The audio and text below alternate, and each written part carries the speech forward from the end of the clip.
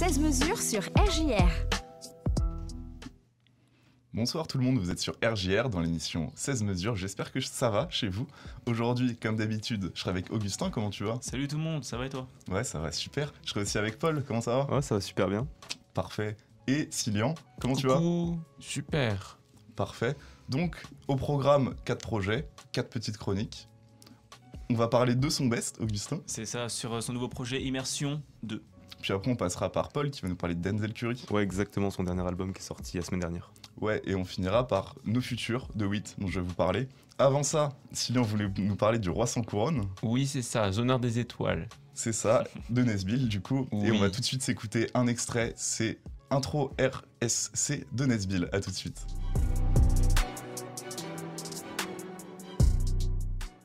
Donc, après une longue absence de 11 ans, pour comparaison, en 2011 c'était la mode du dubstep, et dans le rap, Horner n'était pas encore sorti.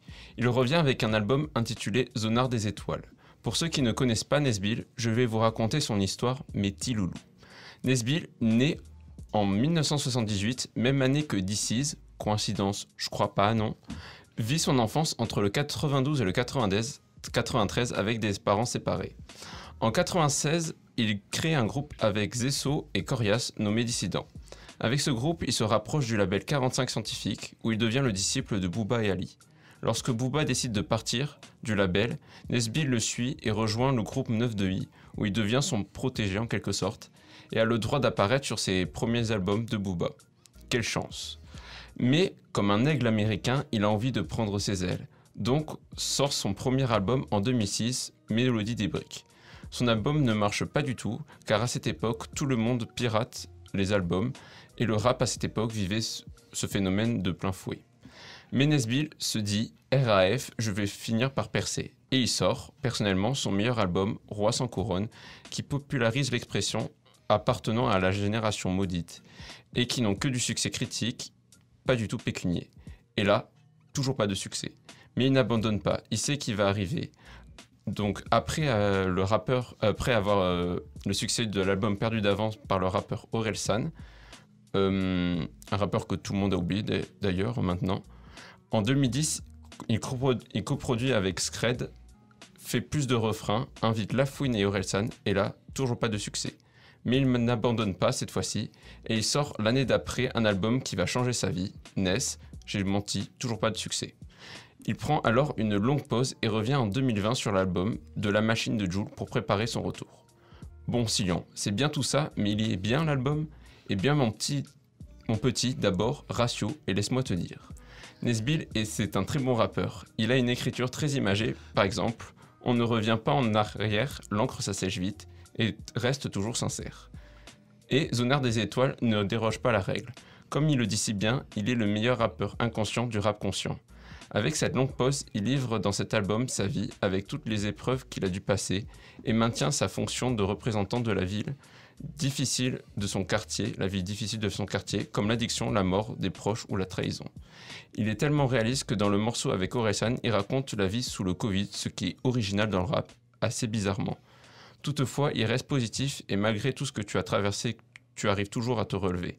Il s'assume aussi d'être quelqu'un de vieux, comme le nom du son Génération Avirex, qui est une marque de vêtements des années 2000, et donc en profite de son statut pour aiguiller les petits genoux.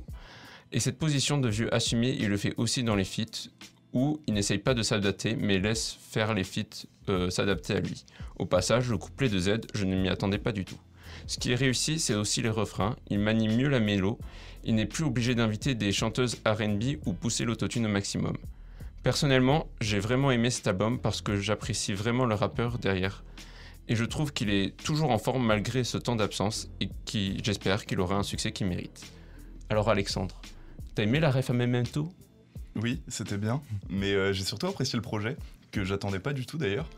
Et ouais, vraiment dans ce projet, on sent tout son vécu, tout son passé de rappeur, on sent que ça fait longtemps qu'il est dans le milieu. Mais je trouve qu'il y a quand même des petites pointes de modernité, ouais, quand tu parles des refrains du coup qui sont quand même assez cool, dans les prods, dans le mixage qui est vraiment quali. Au niveau des feats, j'avais un peu peur en voyant la tracklist, mais finalement je trouve qu'il y a une bonne alchimie entre quasiment tous. Moi, je suis un peu moins fan du feat avec Z et Landy, mais ça c'est uniquement personnel. Oui. Mais ouais, sinon je trouve que c'est un très bon projet, je m'y attendais pas du tout à ce niveau-là, à cette technique-là, et ouais, à ce niveau de production aussi qui est très cool. Et j'avais une petite question pour toi, je sais pas si tu sais, mais est-ce qu'il y a beaucoup de producteurs sur le projet? Parce que j'ai l'impression d'entendre tout le temps le même Oui, tech qui c'est revient en les boucle. deux mêmes. C'est Ok. de son label, c'est des producteurs de son label et donc ils ont un peu coproduit les mêmes. Ok, bah ouais, c'est cool, du coup ça crée une cohérence au projet qui est assez pas mal, je trouve. Ouais, moi aussi j'ai beaucoup aimé le projet, ça fait vraiment plaisir, c'est le rap de nos grands frères. C'est cool. Oui. Mais en vrai, j'aime bien parce que bon, je vais le dire, c'est entre tradition et modernité un peu, je trouve. J'ai déjà fait le lire. Il a dit. En fait, tu dis qu'il s'adapte pas par rapport au feat et tout, mais je trouve quand même qu'il reste toujours actuel et il a su se réinventer. Après, c'est sûr, ça fait toujours un peu daté, mais moins daté que par exemple un Rof qui revient. Non, mais c'est juste qu'il essaie pas de, par exemple, de faire de la drill ou par exemple Ah oui, Orelsan où il aurait pu copier par exemple son dernier album. Mais je pense que le feat, vu ce qu'il parle, ça a été enregistré avant le dernier album d'Orelsan. Ouais, sûrement. Après, ouais, en tout cas, en général, c'est un très très bon album, donc c'est cool. Oui. Bah, très bien, maintenant on va laisser la parole à Augustin qui va Ouais. nous parler de Immersion 2 de son best. À toi. C'est ça, ouais. Donc ouais, justement, je vais vous parler de Soundbest et de son nouveau projet sorti récemment le 24 mars, donc Immersion 2. Ok. Donc oui, je vais vous parler de Soundbest et de son projet justement qu'il a sorti le 24 mars, Immersion 2. Je vais vous faire un petit tour d'horizon sur qui est Soundbest. Donc il nous vient de Colmar en Alsace, il s'installe par la suite à Paris pour tenter sa chance, plus d'opportunités pour lui dans la capitale que dans son coin d'Alsace. Influencé par Kid Cudi, Travis Scott, ce n'est pas qu'un simple rappeur, il essaie de construire un univers autour de lui, créer un peu de divertissement, pas que audio, visuel, avec de nombreux clips très bien réussis. Je pense à XO, un son paru justement sur l'EP Lotus, qui visuellement envoie du lourd, un fond de nuit étoilé avec un visage couvert de paillettes, ou encore Agony, clip en noir et blanc, on y voit l'artiste dans la forêt transformé un peu en monstre, en zombie. Très beau visuellement, on le voit divaguer dans la forêt. Donc Immersion 2, est produit par le label Universe Music. Donc un projet de 23 minutes, il nous emmène dans une ambiance plutôt triste, fin du monde, au sens figuré. En gros, rien ne va, perdu dans ses pensées. Des titres comme Ma peine, Fin du monde, Suffocation, qui reflètent ce que je viens de vous dire, autant dans les paroles que dans la tracklist. Donc une ambiance ego trip, plein au-dessus du projet, une mélancolie, de la tristesse. Soundbest dévoile la blessure de son cœur, faisant des références à une personne, une femme, en l'occurrence, à qui il aurait fait du mal, et inversement, une plaie qui a du mal à se refermer. Donc on retrouve deux artistes en feat avec justement Soundbest. On a Squidgy et Rnwebe. On retrouve certaines sonorités plutôt agréables à l'écoute, comme une réverbération en fin de phrase de l'artiste. On retrouve cette sonorité sur certains autres projets. Et j'aime bien ce côté résonance. Travis Scott, il fait un peu la même chose. On va se passer maintenant le son Fin du monde. Et je vous reprends juste après. Donc un projet de 9 minutes qui dure... un projet de 9 titres pardon, qui dure au total 23 minutes. Donc on a une légère cover, on y voit l'artiste muni d'une cape sur un fond légèrement noir avec un ensemble de traits rouges, de fils, comme des rayons laser. Pour donner mon avis perso, je l'ai connu sur le projet Lotus, il est vraiment très fort. J'avais beaucoup aimé ce côté de l'artiste, on avait un EP plus abouti, avec 2-3 sons restant en tête, des refrains plus entraînants. Par comparaison, sur ce projet-là, j'ai bien aimé mais sans plus, il n'y a pas eu de titre où je me suis dit waouh j'aime bien ou... Enfin voilà, cette partie du projet là j'ai pas trop aimé. Et sinon les prods, j'ai trouvé... en gros j'ai trouvé que le projet était justement un peu pauvre comparé à ce qu'il a pu nous proposer précédemment. Moins abouti du coup pour conclure. Donc j'ai connu ce Soundbest un peu plus innovant, après ça reste mon avis. Donc maintenant on va se passer justement Paro et après mes collègues vont nous dire ce qu'ils en ont pensé. Ok.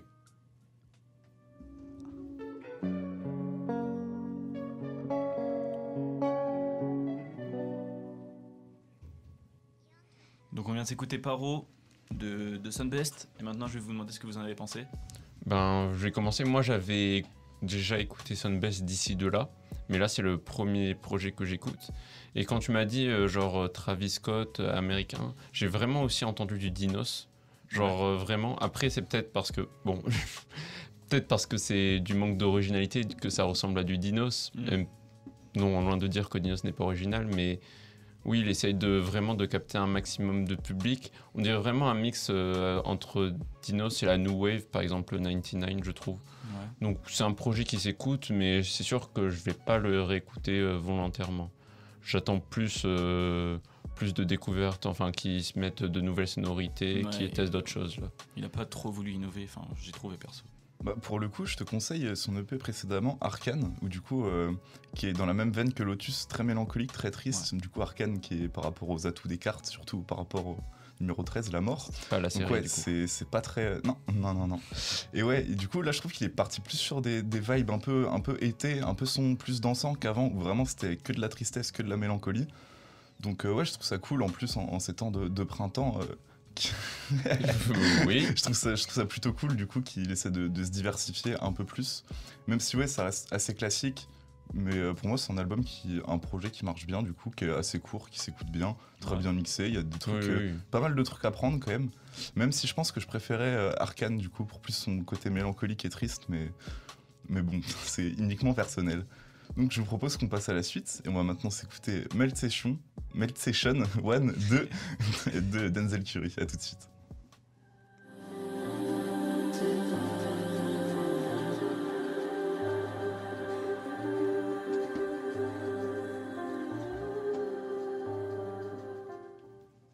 Alors, aujourd'hui, je vais vous parler du dernier album de Denzel Curry, Met My Eyes, See My Future. Je vais pas vous faire la biographie de Denzel Curry parce que je pense qu'il est assez connu. Il a quand même fait des gros hits, surtout avec Ultimate en 2015, qui est connu par tout le monde, je pense. Donc on va rentrer direct dans le vif du sujet, mais avant ça, un peu de contexte. Denzel Curry, il a commencé à travailler sur l'album en 2019, juste après avoir fini son album Zoo, mais il réfléchissait déjà au thème de l'album depuis 1 an. Donc c'est un projet qui lui tient vraiment à cœur, et il a vraiment pris le temps de le faire. En mai 2020, dans une interview pour XXL, il a dit qu'il voulait se retirer de la création musicale après avoir sorti 3 derniers albums, et en novembre 2021, il révèle le titre de l'album, Melt My Eyes, See Your Future. Ce titre, il se décompose en 2 parties, donc Melt My Eyes, c'est une métaphore sur la tendance qu'ont les gens à avoir du mal à faire face aux problèmes de tous les jours, et See Your Future, c'est une motivation pour avancer en laissant le passé derrière soi, et aller de l'avant, et surtout se concentrer sur ce qui va arriver. Tout le monde s'accorde à dire que c'est son album le plus mature, et même lui, il prend une toute autre tournure sur sa façon de faire sa musique. Il a dit qu'il veut se dissocier de ses anciens alter ego pour enfin montrer sa vraie personnalité et ses sentiments à travers sa musique.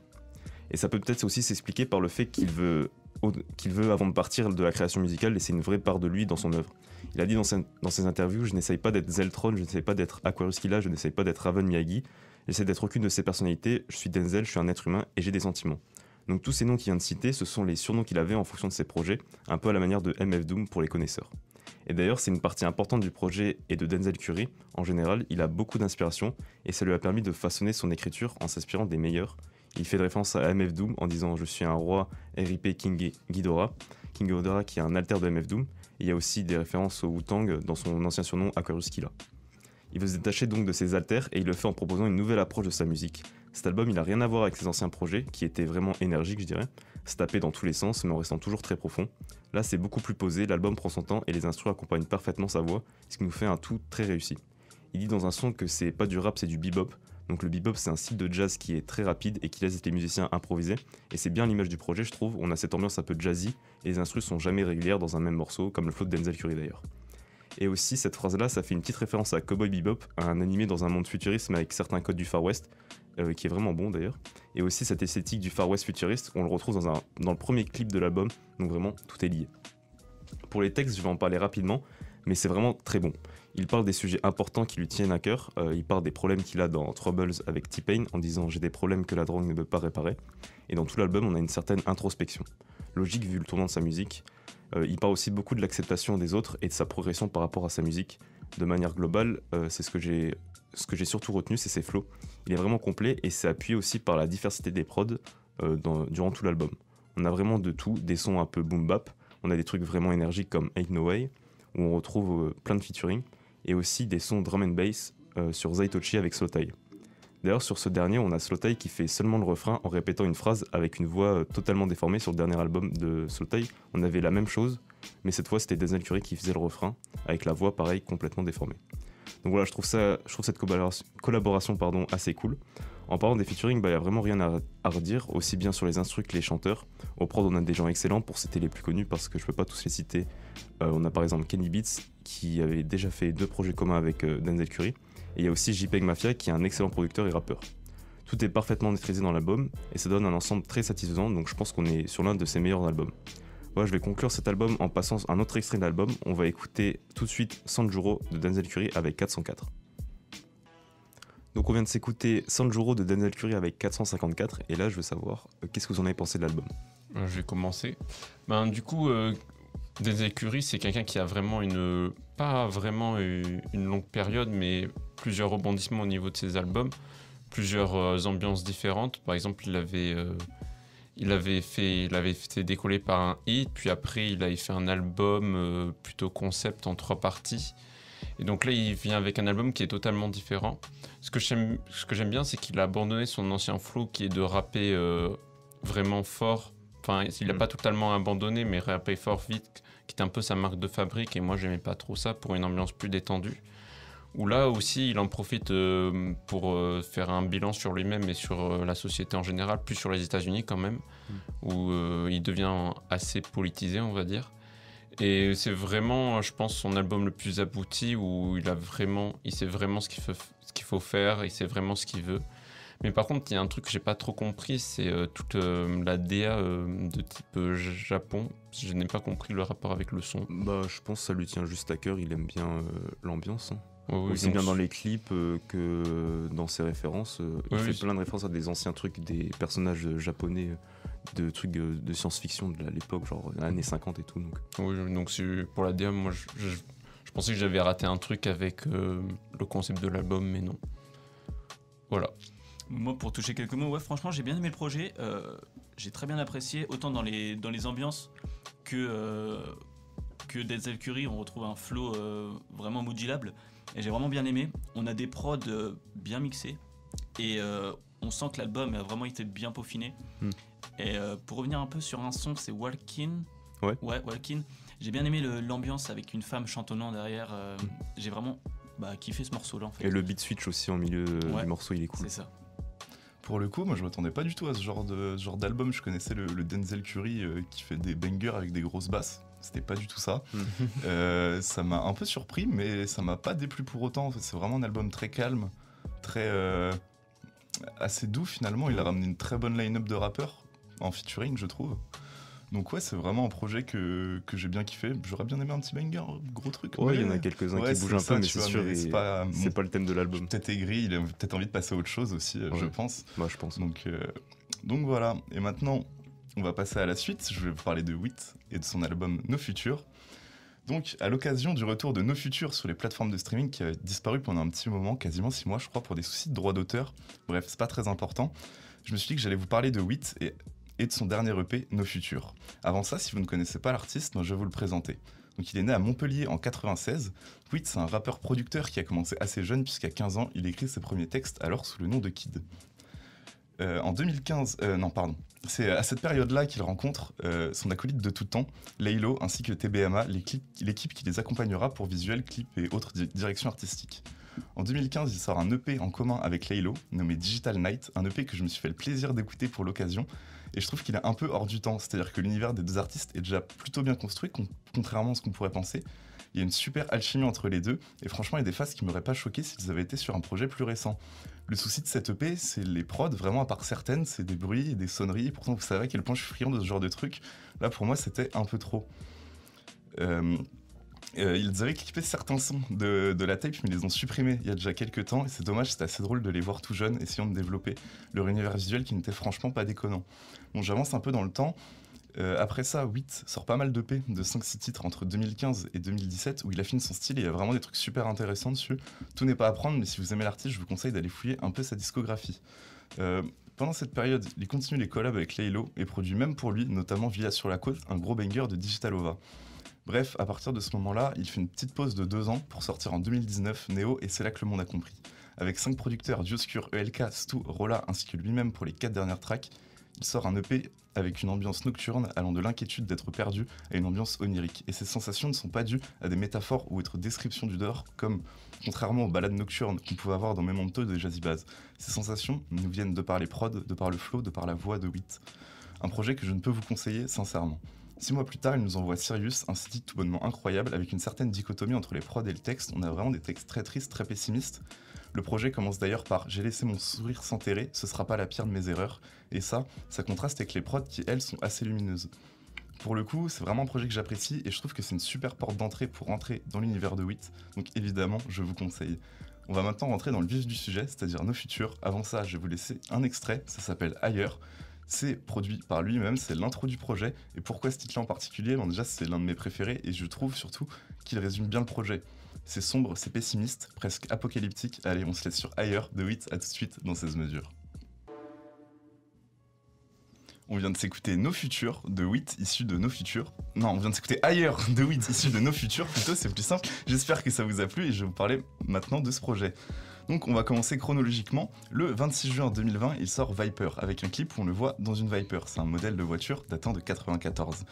Et c'est avec ça qu'il va annoncer le projet. C'est une très bonne idée, d'après moi, d'avoir envoyé ce son comme premier extrait car il est très accrocheur et peut toucher des gens qui n'aimaient pas Witt. Mais le plus important, c'est que dans le refrain, alors qu'il est dans la Viper, il nous le dit, les mauvaises nouvelles arrivent en Viper. Et cette phrase annonce la couleur. On sait qu'on ne doit pas être dans la joie avec l'EP qui arrive et pour le coup, il nous a pas menti. Nos Futurs sort le 17 juillet 2020 avec 11 titres, une dizaine de producteurs, 2 featuring, un avec Laylo et un avec Mad, qui est un rappeur qui nous vient tout droit du Maroc et qui rappe dans sa langue natale. Une cover magnifique faite par Aïkout Maïkout, représentant son visage, une partie dans l'ombre, une partie dans la lumière, l'autre dans l'obscurité, avec un œil bionique et sans peau au niveau de sa mâchoire, laissant voir sa chair. Avec la bouche ouverte, ses grilles nous permettent d'entrevoir le titre du projet, Nos Futurs. Dans cette EP, on a beaucoup d'ambiances différentes, même si la prédominante est une ambiance très sombre, de fin du monde presque. Ceci est dû à l'énorme travail des producteurs qui nous ont envoyé des bonnes grosses basses saturées ou à l'opposé, des petites mélos, franchement on crache pas dessus. Le tout est très bien mixé. Witt, quant à lui, rappe d'une manière robotique avec une voix presque apathique. Du moins, quand il ne pousse pas la chansonnette pour nous envoyer des grosses top lines, car oui, l'un des gros points forts de Witt, c'est sa capacité à nous surprendre en changeant de flow très régulièrement, passant de la brutalité à la douceur, le tout sur des instrus qui n'ont franchement pas l'air à combler. Et il s'en sort carrément bien, sans utiliser de backing qui plus est, enfin on entend peut-être 5-6 fois, on peut entendre Nos Futurs à la fin d'un couplet. L'autre point fort de Witt est son écriture, et je vais vous parler un peu plus en détail. Dans Nos Futurs, Witt nous parle du monde et de la société qui nous entoure, de manière très pessimiste, voire dramatique. Mais c'est pas du rap engagé, comme pourrait le faire Kerry James pour citer que le plus connu. Il le fait de manière dramatique, avec beaucoup de finesse et de figures de style. Par exemple, dans Falcon, il dit « Je vais y croire, c'est viscéral, je trouverai la paix, même si c'est rare. Surtout quand t'as l'âme ingérable, nous on a grandi dans l'infernal. » Tel un messager de l'apocalypse ayant une vision externe sur ce qu'il voit, il nous informe que, comme le dit si bien le titre du projet, il n'y a pas de futur possible, et ce, à cause de plusieurs points. Je vous avais dit, ça n'allait pas être très joyeux. Un des premiers soucis de ce monde, c'est l'argent, et tout ce qui va avec Witt ne cesse de nous dire qu'il veut de l'argent, mais il veut de l'argent pour être libre. Qu'avec l'argent, on peut faire ce qu'on veut. Il nous pose même la question rhétorique, quel est le coût pour chaque méfait? Sa quête première est la liberté, de s'extraire des chaînes de ce monde que l'on peut apercevoir sur la cover. Sa foi aussi est mise à rude épreuve. Il nous dit « J'ai un peu de pression face à Dieu, je pourrais pas payer ma dette. » Il a péché et il le sait. Il a les mains trop sales pour les laver. Mais il pêche aussi à cause de sa consommation d'alcool et de drogue qu'il prend pour s'échapper à la fatalité du monde. Mais aussi de par sa folie, qui le prend par phase, comme nous le montre le titre Loco en featuring avec Laylo, produit par 143, ELK et Witt. Dans ce son, en 2 parties, on a une ambiance très anxiogène et on rentre dans la psyché des 2 comparses avec un flow très déconstruit. Il nous répète que la vie est folle, dans le sens péjoratif du terme évidemment. Laylo se croit dans un film, tandis que Witt, toujours aussi pessimiste et fataliste, nous parle des gens qui le dégoûtent, qu'ils ne croient pas en la démocratie, et surtout du temps passé. Car oui, Witt, dans tout le l'EP, ne cesse de parler du temps passé et de la temporalité qui l'angoisse. Il peut tout nous donner sauf son temps, car irrécupérable, et que surtout, c'est peut-être la ressource dont il dispose le moins. Son passé est tout pour lui, et pour le citer, il dit « J'ai pas d'avenir, j'ai qu'un passé, aujourd'hui je peux rien effacer ». C'est ce passé qui le définit et fait de lui ce qu'il est aujourd'hui. Mais c'est pas pour autant qu'il en est fier, il ne l'aime pas car il a péché, et devant Dieu, il en paiera le prix. C'est une des raisons pour laquelle le futur n'est pas. L'autre est qu'il ne croit plus au bonheur, il se force à rire de tout, ne serait-ce que pour y croire. Avec son point de vue extérieur au monde, il a vu toutes les atrocités qui existent, et ne croit plus en l'humain qui le répugne. Et il peut, alors même qu'on chante l'amour, nous sampler la mort. Bon, pour finir cette petite analyse avec une note positive, parce qu'il y en a un peu partout disséminés dans tout le projet, surtout dans Falcon qu'on va s'écouter juste après. Donc dans ce son, on retrouve une dualité entre le lui pessimiste et un autre plus optimiste qui, malgré qu'il soit enseveli sous des décombres, il aperçoit un faisceau lumineux.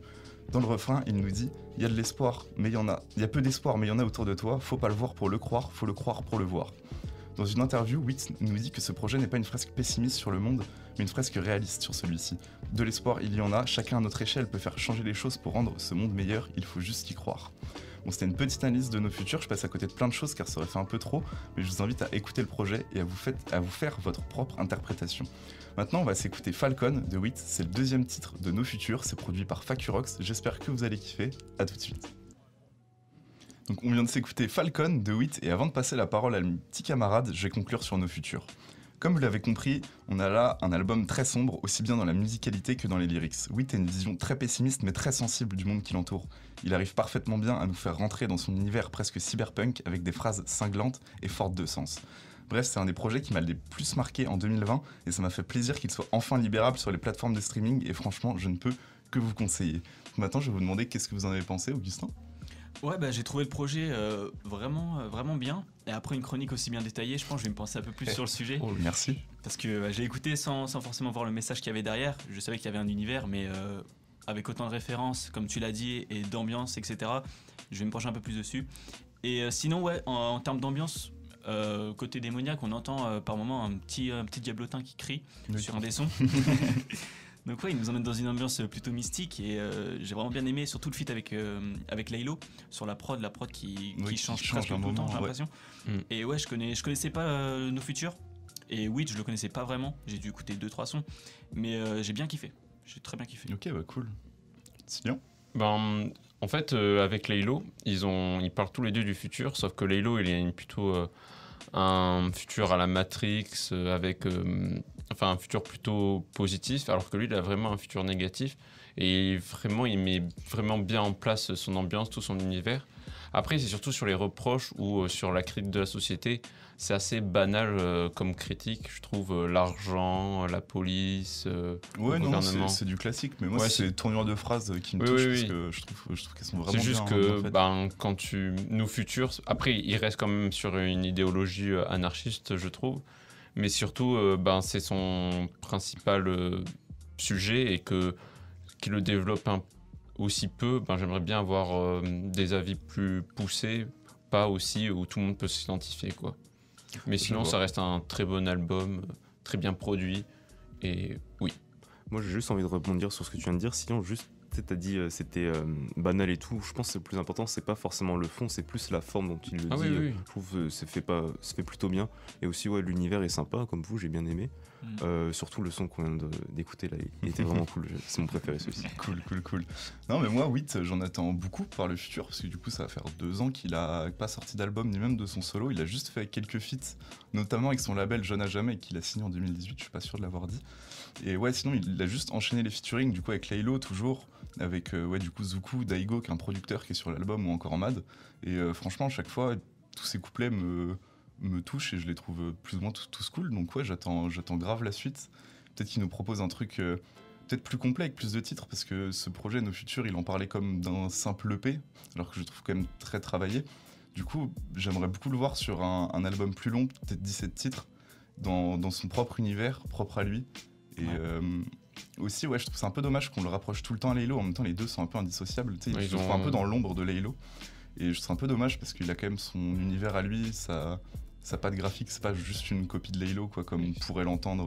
Comme tu l'as dit, avec leur EP en commun, ils ont développé leur univers artistique ensemble. Ouais, c'est ça. Donc c'est forcément qu'il y ait des ressemblances, mais c'est juste qu'ils ont leur propre sentiment qui est différent. Mais après, ils travaillent aussi avec les mêmes producteurs et tout ça, donc ils ont la même forcément qu'il y a des ressemblances. L'équipe pour tout ça, donc oui, c'est... Comment dire, un artiste n'est jamais vraiment tout seul, donc... Bien dit voilà. Donc l'émission arrive à sa fin. Avant, on va passer Grand Garçon de A2H et Prince Wally, et Sillon va nous en parler un petit peu juste avant. Donc A2H, c'est un rappeur qui fait du rap depuis pas mal de temps, qui est passé par plusieurs périodes artistiques, parce que pendant la crise du rap, il a fait par exemple un album concept de rock. Mais ça reste quand même quelqu'un qui est très passionné par par le rap, pardon, il connaît les classiques. Et là, avec cet album qu'il a sorti, il a proposé 2 disques où il regroupe ses 2 passions qui sont les chansons d'amour avec le rock et le rap. C'est surtout les chansons d'amour parce que c'est surtout c'est avec ça qu'il a pu permettre d'exploser. Où c'était à l'époque de 2016-2017 où c'était les chansons d'amour. Si t'en faisais pas dans les albums, ben, t'arrivais pas à avoir un public. Et là, c'est quelque chose quand même qu'il aime bien faire, les chansons d'amour, mais il explore quand même d'autres horizons avec la bachata, son morceau spécial musique d'Amérique du Sud, où par exemple il y avait avec assez du rock sur son premier album de l'intro, mais aussi sur sa deuxième partie, par exemple, il revient aux fondamentaux en invitant Benjamin S, par exemple, où vraiment là il kick, il sait vraiment bien rapper et il le montre vraiment bien. Et donc là, on va vous passer avec le feat Mauvais Garçon, Beau Garçon avec Prince Wally, qui va bientôt faire son retour. Donc là aussi, ça rappe. Et voilà. Yes, on se laisse avec Grand Garçon de A2H et Prince Wally. J'espère que vous avez aimé l'émission. On se retrouve la semaine prochaine pour une nouvelle. Allez, bonne soirée. Salut à tous. Bisous.